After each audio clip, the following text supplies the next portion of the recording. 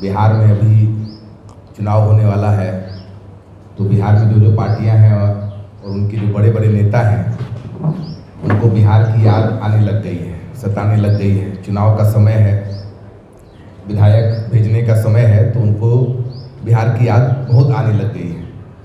तो अमित शाह जी हो गए, राहुल जी हो गए, मोदी जी हो गए, वो आएंगे ही। लेकिन दुख इस बात का है कि बिहार की स्थिति इतनी खराब है, बिहार इतनी बार ठगा गया है, इतनी बार ठगा गया है, और नेताओं को अब ये बिल्कुल स्पष्ट है कि बिहार को ठगने के लिए किसी नवाचार की भी जरूरत नहीं है।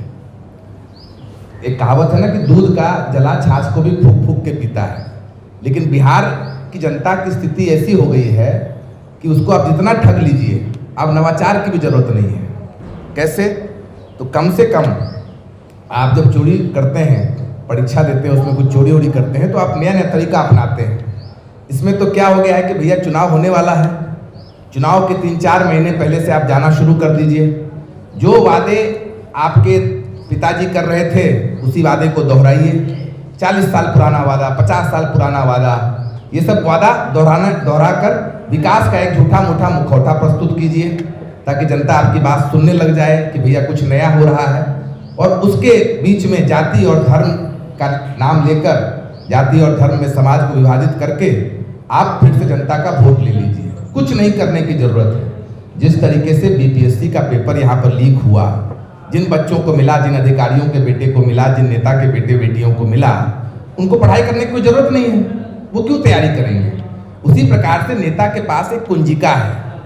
कुंजिका क्या है कि जाति और धर्म, 4-5 महीने पहले आओ, जाति और धर्म की बात करो, वोट मिल जाएगा। तो काहे तैयारी करेंगे? वो तैयारी क्यों करेंगे?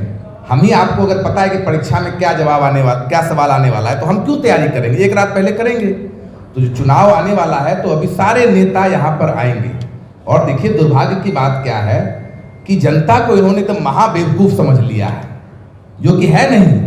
जनता ने मन बना लिया है कि भैया 40 साल से जो नेताओं का राज चल रहा है, तो 2025 में तो विकल्प के अभाव में वो लोग वोट दे रहे थे। लेकिन आप देखिए जनता ने मन क्यों बना लिया है। अभी हम लोग के माननीय गृह मंत्री शाह जी आए थे गोपालगंज में। उन्होंने कहा कि 20 साल से, 25 साल से, 30 साल से जंगल राज चला, उसमें लालू जी की सरकार थी, और सारा चीनी मिल बंद करवा दिया गया। बहुत अच्छी बात कहा उन्होंने। 20 साल से तो आपकी भी सरकार है। उन्होंने कहा अब हमको 25 से 30 फिर से दे दीजिए सरकार, हमको सरकार बनाने दे दीजिए, तो हम लोग सारा चीनी मिल खुलवा देंगे। तो 20 साल से आपकी सरकार है यहाँ पर, 10 साल से केंद्र में भी आप बैठे हुए हैं, तो आप किसका इंतजार कर रहे हैं चीनी मिल खुलवाने का? बिहार वो राज्य है जहां पर सबसे ज्यादा पलायन, सबसे ज्यादा बेरोजगारी है, तो आप 10 साल से किस चीज का इंतजार कर रहे थे चीनी मिल खुलवाने का? आप खुलवा देते। दूसरी बात, ये कहीं और जाएंगे तो रोजगार की बात करेंगे, बुलेट ट्रेन की बात करेंगे, बड़ी बड़ी फैक्ट्रियां खोलने की बात करेंगे, महिलाओं की बात करेंगे, पर बिहार आएंगे तो वही बस चीनी मिल, और इनके पास कोई एजेंडा नहीं है।